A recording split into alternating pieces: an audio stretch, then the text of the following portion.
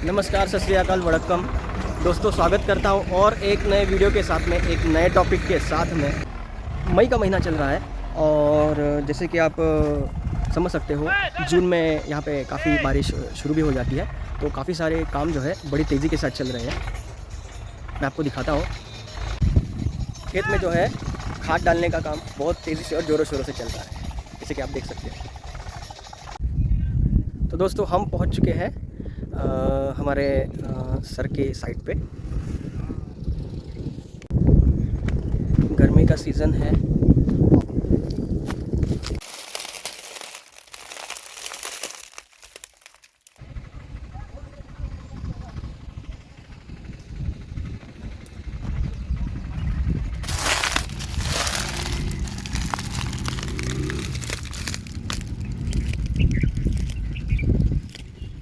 तो दोस्तों, ये है हमारी आज की मेहमान। बेहतर भाषा में कहा जाए तो स्टिंगलेस हनी बी।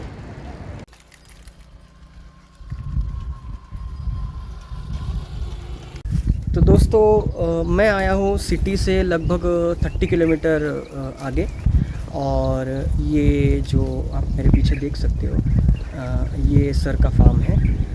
तो चलो मैं उनको भी इंट्रोड्यूस कराता हूँ। नमस्ते, मैं उमेश पाटिल, जलगांव, महाराष्ट्र से हूँ।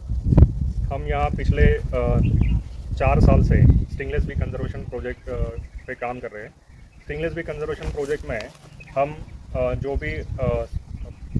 भी सॉ मिल्स है, वहाँ से जो लकड़ी निकलती है, उसमें से जो स्टिंगलेस के कॉलोनीज निकलती है, उसको ये आर्टिफिशियल बॉक्स में रखकर उनका कंजर्वेशन करते हैं, और ऐसे अलग अलग साइड के ऊपर हम स्टिंगलेस बी के कॉलोनीज यहाँ पे रखते हैं।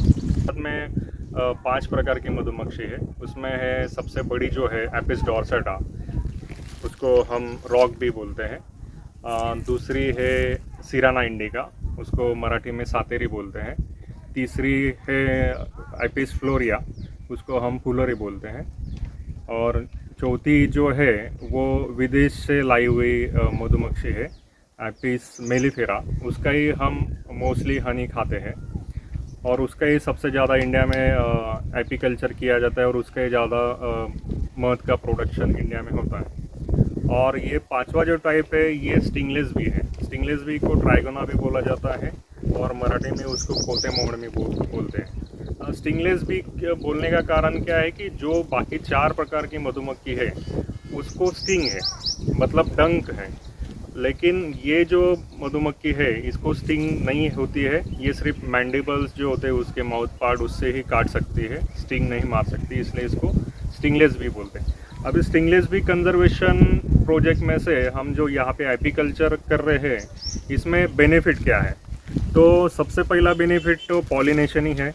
जो शेडनेट हाउस या पॉली हाउस जो रहते हैं, उसके अंदर अगर दूसरे टाइप की मधुमक्खी रखी तो उसको घूमने के लिए बड़ी जगह लगती है, छोटे जगह में वो सर्वाइव नहीं कर पाती। इसलिए मोस्टली फार्मर हमसे ये छोटी प्रकार की मधुमक्खी के कॉलोनीज लेके जाते हैं पॉलिनेशन, इंडोर पॉलिनेशन के लिए।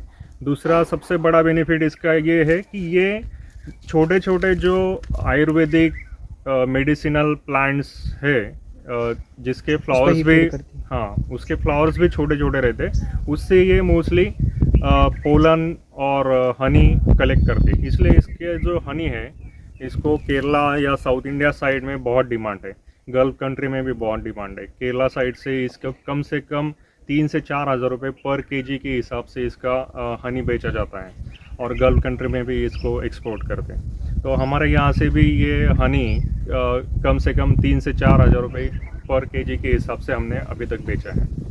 सर, अभी आप मुझे बताइए कि लगभग कितने फार्मर्स को आप ये जो स्टिंगलेस हनी बी है, उसका प्रोडक्शन के लिए आप उनको राज़ी कर पाए हो? मतलब कितने लोग जो है, जो आपसे जुड़े हुए हैं, किसान जो है ग्राउंड लेवल पे कितने जुड़े हुए हैं आपसे? एक मोटा मोटी आंकड़ा। नहीं, अभी तक 10 से 15 ही किसान इसमें जुड़े हैं। जो भी कॉलोनीज हम कंजर्व करते हैं, वो अलग अलग साइड पे हम रखते हैं। ऐसे 10 से 12 साइड के ऊपर हमारे अलग अलग कॉलोनीज रखे हुए हैं। दूसरा ऐसा कि इसको स्टार्ट करने के लिए मिनिमम फंड की रिक्वायरमेंट कितनी होती है? मतलब एक जो सेटअप है, उसका कितना खर्चा लगभग आता है मोटा मोटी? देखो कम से कम अगर इसकी 100 कॉलोनीज अगर रखना है तो इसका जो रेट चालू है 2 से 2,500 रुपये पर बॉक्स मिलता है। तो नियर अबाउट 2.5 लाख तक आप शुरुआत कर सकते हैं। और दूसरा, अगर खुद कंजर्व किया, आजू बाजू के जो सॉमिल्स है उसके ऊपर से अगर कंजर्वेशन हमारे जैसा स्टार्ट किया और बॉक्स मिला के 500 रुपये में हो सकता है। और लेकिन इसमें टाइम लग जाएगा, इसको 2, 2.5, 3 साल आपको 100 कॉलोनीज जमा करने के लिए लग जाएंगे। सर स्टार्टअप में ये आप कॉलोनीज कहाँ से लाए थे, आपने स्टार्ट कैसे किया? स्टार्टिंग में मैंने जो पूना का ट्रेनिंग सेंटर है CBRT, वहाँ से मैंने ट्रेनिंग लिया। उसमें मुझे ये सब्जेक्ट मालूम पड़ा कि स्टिंगलेस भी होती है। तो मैंने लोकल जो वैरायटी है वो ढूंढी और उसको एक ट्यूब मेथड रहती है, केरला साइड में बहुत यूज़ करते हैं। और ट्यूब मेथड से वो कॉलोनी सेपरेट करते हैं, डिवीजन करते हैं। नेचुरल जो कॉलोनीज रहती है इसकी, ये वुडन ट्रंक में होती है या फिर पुरानी दीवार में इसकी कॉलोनीज होती है छोटी। तो वहाँ से ट्यूब लगाकर बक्से को ज्वाइन किया जाता है और बक्से में वो कॉलोनी सेपरेट की जाती है। उसको 1 आध साल लगता है। मैंने नियर अबाउट 150 पौने 200 कॉलोनी अलग अलग जगह पे जो नेचुरल कॉलोनीज है उसको ट्यूब ज्वाइन करके शुरुआत किया था।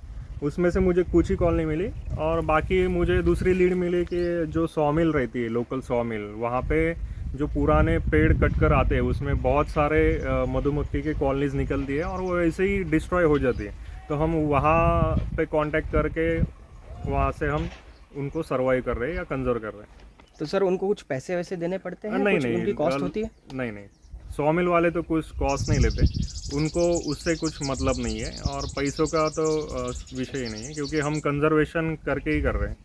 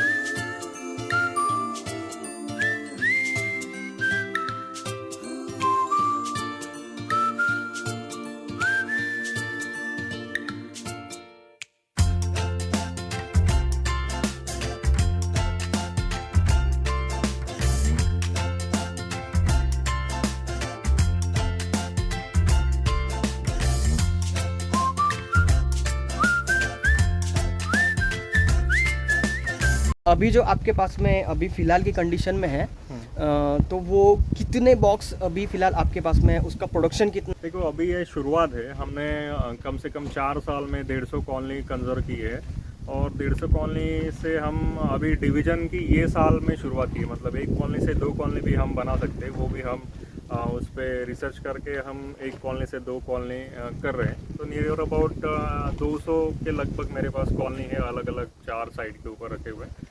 तो ये कॉलोनी से प्रोडक्शन एक बॉक्स से नियर अबाउट 250 ग्राम हनी निकल सकता है। और दूसरा जो प्रोपोलिस होता है ये भी मेडिसिनल यूज़ होता है, उसके भी अलग बेनिफिट्स हैं। अच्छा, पोलन्स भी इसके डायरेक्ट जैसे बाकी जो मधुमक्खी की पेटी होती है, बॉक्सेस होते हैं, उसके बाहर पोलन चेम्बर लगाना पड़ता है, वहाँ से पोलन कलेक्ट होता है। इसका वैसा नहीं है। ये इसको मेलीपोनी इसलिए बोलते हैं कि ये छोटे छोटे मडके या पॉट तैयार करते हैं अंदर, और उसके अंदर ही पोलन, हनी और उसके अंडे इकट्ठा करते हैं। तो इसलिए पोलन भी डायरेक्ट हम निकाल सकते हैं, उसकी भी मेडिसिनल वैल्यू अच्छी है। सर जैसे कि यहाँ पे जो टेम्परेचर है हाँ। ये काफ़ी हाई लेवल पे जाता है, मतलब 45-46 जलगांव का जो टेम्परेचर, या फिर महाराष्ट्र के कई सारे इलाके हैं, या फिर भारत में कई और जगह पे जैसे राजस्थान हो गया, हरियाणा हो गया, यहाँ पे काफ़ी सारा मतलब जो है टेम्परेचर का शिफ्ट ज़्यादा होता है बहुत सी बार। तो उसके लिए क्या मेंटेनेंस करना चाहिए, और दूसरा ठंडी में भी क्या करना चाहिए, ठंड बहुत होती है, या फिर बारिश के सीज़न में बहुत से लोग ऐसे बोलते हैं कि उनको फ्लोरा नहीं, मतलब जो फ्लावरिंग होती है वो कम होती है, तो उसको मेंटेन करने के लिए हमें क्या करना होता है? ओके, सबसे बड़ा प्लस पॉइंट ये है हमारे एपीरी का, स्टिंगलेस बी का, कि ये हमने लोकली स्पीसीज यहाँ पे कंजर्व की या कलेक्ट की है। लोकल स्पीसीज कंजर्व की है, इसलिए बॉक्सेस में जो भी कॉलोनीज है वो लोकली एडेप्टिव है, यहाँ का टेम्परेचर एनवायरनमेंट में वो सर्वाइव कर पाती है। अगर हमने यही कॉलोनीज अगर बाहर से परचेज़ की होती है साउथ इंडिया से, तो वहाँ का टेम्परेचर और यहाँ का टेम्परेचर का ज़मीन आसमान का फ़र्क है, उसको मेंटेन बहुत करना पड़ता था, या फिर वो यहाँ पे सर्वाइव भी नहीं हो पाती थी। इसमें समर में थोड़ा सा छाँव के लिए हम शेडनेट का यूज़ करते हैं साइड के ऊपर, और फिर बाकी इसको वाटरिंग वगैरह कंटिन्यू चालू रखनी पड़ती है। ये जो स्टिंगलेस भी होती है, इसका बॉक्स या कॉलोनी जो है वो बहुत ही अलग होती है। इसमें जो सील किया जाता है ये प्रोपोलिस से सील किया जाता है।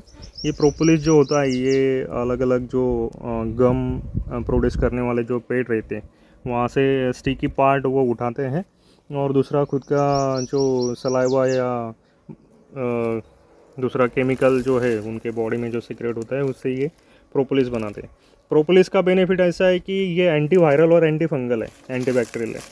तो जो भी अंदर उनके जो छोटे छोटे मटके या पॉड बने हुए रहते हैं वो सब प्रोपोलिस से बने होते हैं, और वो प्रोपोलिस के अंदर जो भी हनी या पोलन वो इकट्ठा करते हैं वो एंटी फंगल एंटी बैक्टीरियल से वो सेफ रहता है।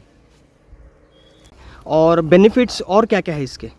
देखो, सबसे पहली बात तो ये यहाँ की लोकल स्पेसीज है, ये नेचुरली यहाँ पे अवेलेबल है। इकोसिस्टम में तो इसका तो बेनिफिट ही है, हार्म तो कुछ भी नहीं है।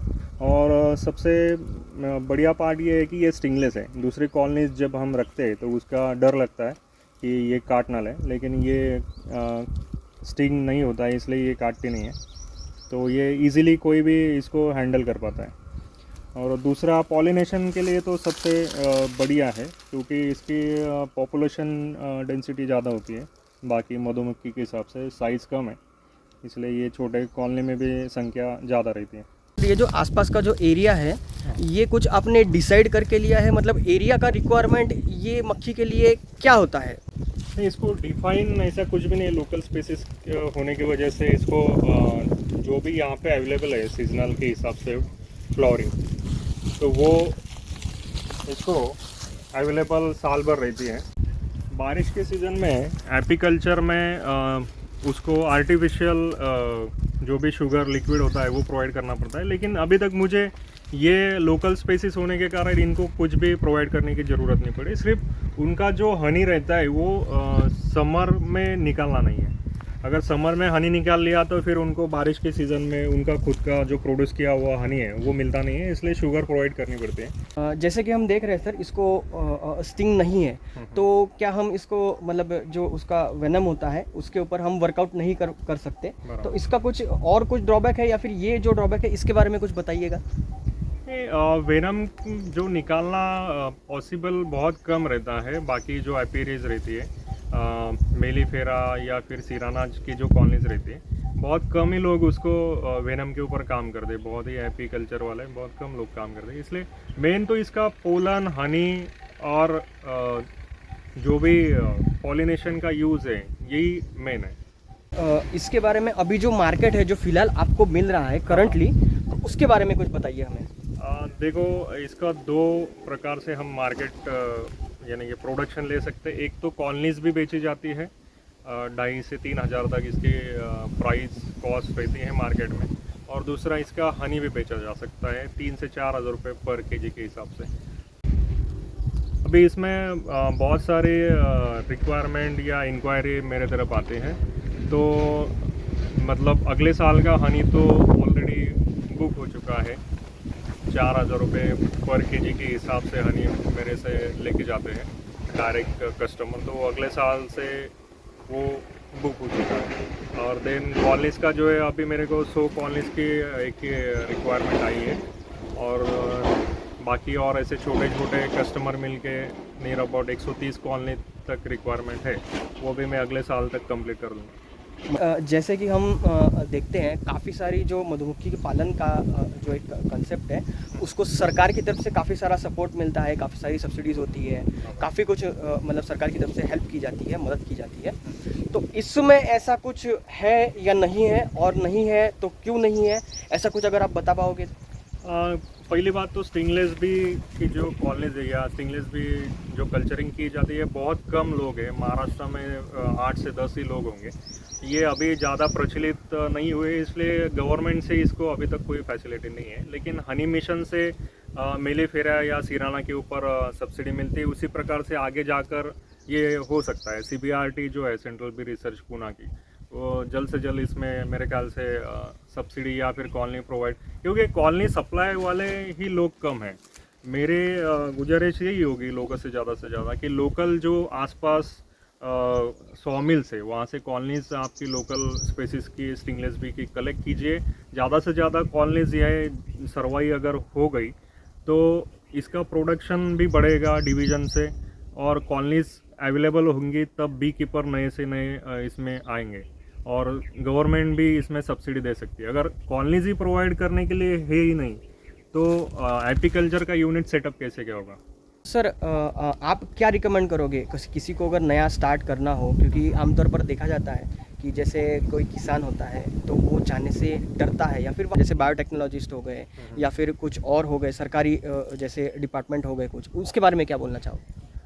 यहाँ पे तो जो लोकल यहाँ पे एक्सपर्ट लोग हैं उसके कॉन्टैक्ट्स अगर आपको लगते हैं तो जो कृषि विज्ञान केंद्र जो है आपके शहर या गांव के आसपास, कृषि विज्ञान केंद्र से आपको एक्सपर्टाइज लोगों के नंबर या फिर वहाँ के जो कृषि साइंटिस्ट रहते हैं उनके नंबर आराम से मिल जाएंगे, और वहाँ से ट्रेनिंग भी आपको मिल सकती है। बाकी वहाँ से कांटेक्ट मिलने के बाद जो एक्सपर्टाइज है उससे अगर आपने इन्फॉर्मेशन ली तो ईज़िली इसका सेटअप कर सकते हैं। दूसरी बात सबसे इसका जो सोर्स है वो सॉमिल्स है। आप लोकल जो सॉमिल है वहाँ पे जाकर इसके अगर कॉलोनीज़ वहाँ से मिल रही है तो उसको कंजर्व करने का ज़्यादा से ज़्यादा प्रयास कीजिए। सर आमतौर पर ऐसे देखा जाता है कि जहाँ पे जो पेस्टिसाइड्स है, जो इंसेक्टिसाइड्स हैं, वो ज़्यादा मात्रा में यूज़ होने के कारण काफ़ी सारी जो मधुमक्खियाँ हैं उनको तकलीफ़ होती है, काफ़ी सारी कॉलोनीज जो है मर जाती है, या फिर बहुत सारी डैमेज हो जाती है, उत्पाद उतना नहीं दे पाती है। तो इसके बारे में आप क्या कहोगे, क्या बताना पाओगे? देखो ये एपीकल्चर को रखने के लिए ज़्यादा जगह नहीं लगती है।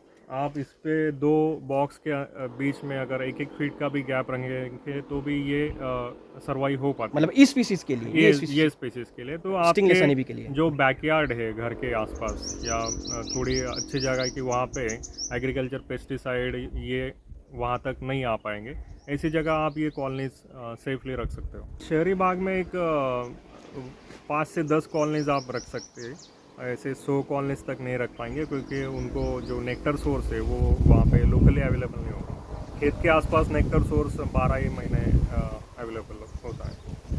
और इनका जो एरिया है, मतलब इनकी एरिया रिक्वायरमेंट है वो मतलब 1.5 किलोमीटर, 2 किलोमीटर या 1 किलोमीटर या ऐसे कितनी होती है? 1 किलोमीटर के अंदर ये जाते हैं ज़्यादा से ज़्यादा। जो मेलीफेरा है वो 2.5 से 3 किलोमीटर का उनका पेरीफेरी रहता है।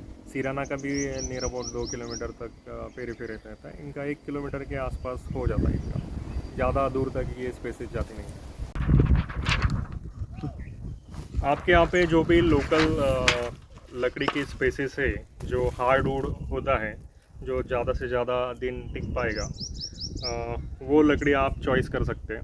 नीम हो गया, आम हो गया या साग हो गया, ऐसे आप लकड़ी ले सकते हैं। और उसका अंदाज से 1 फीट बाय आधा फीट ऐसा स्ट्रक्चर होता है। लंबाई के लिए 1 फीट, चौड़ाई के लिए आधा फीट, ऊंचाई के लिए भी आधा फीट ऐसा स्ट्रक्चर है। उसको ऊपर से एक ये फिल्म अटैच की जाती है ऑब्जर्वेशन के लिए, और ऊपर से ये ढक्कन रहता है, और आगे से उसको ओपनिंग रहती है। इसमें आप कोई भी एक जो ठीपक या ड्रिप की छोटी ट्यूब रहती है वो अटैच कर सकते हैं। तो देख सकते हो आप, ये यूज़ किया हुआ है और इसमें पहले भी मधुमक्खियाँ थी, जैसे कि आप देख सकते हो। ये जो है ये प्रोपोलिस आपको दिख रहा है, ये जो है ये पूरा ऐसी सारी कॉलोनीज़ यहाँ पे बनी हुई थी। और इसके अंदर भी जो है आप देख सकते हो, इसमें प्रोपोलिस काफ़ी कुछ दिख रहा है हमें। जो एंट्रेंस है, जो अंदर जाने का जो मार्ग है, वहाँ पे मधुमक्खियाँ जो है वो काफ़ी सारा जमा करके रखती हैं और उनको जितना स्पेस चाहिए होता है अंदर एंट्री के लिए, बस उतना ही वो जो है छोड़ती है। तो देख सकते हैं आप यहाँ पे। ये ऊपर एक प्रोटेक्शन के लिए या धूप बारिश के लिए एक मार्बल का टुकड़ा रखा हुआ है इसमें। ये ऊपर की ओपनिंग है, ये पूरा प्रोपोलिस से वो पैक कर देती है। ओपनिंग खोलने के बाद ही हमें अंदर का स्ट्रक्चर दिख पाएगा।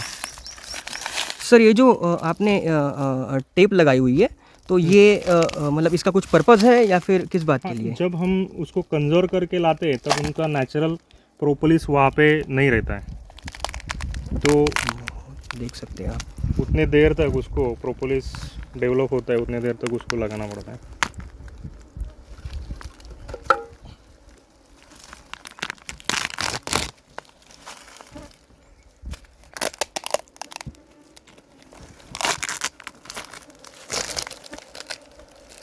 तो देख सकते हैं आप अंदर का स्ट्रक्चर। ओके, ये आगे के पार्ट में पोलन रहता है, बीच में है एग्स रहते हैं और लास्ट पार्ट में हनी रहता है।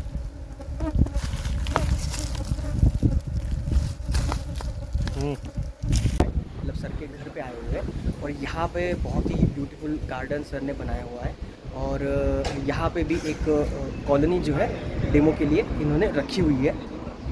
बहुत ही ब्यूटीफुल, बहुत ही बढ़िया तरीके से इन्होंने गार्डन सजा के रखा हुआ है। और ये गार्डन में एक छोटी सी एक कॉलोनी बहुत ही बढ़िया तरीके से इन्होंने मेंटेन की हुई है। जो सामने जो देख रहे हैं वो एंट्रेंस है। हरी जानवर का कुछ उसको प्रॉब्लम ना कर सके, इसके लिए एक अच्छा सा वेट रखा हुआ है। बहुत ही सिंपल तरीके से और बहुत ही नेचुरल इन्वायरमेंट में अच्छे से रखा हुआ है, आप देख सकते हो।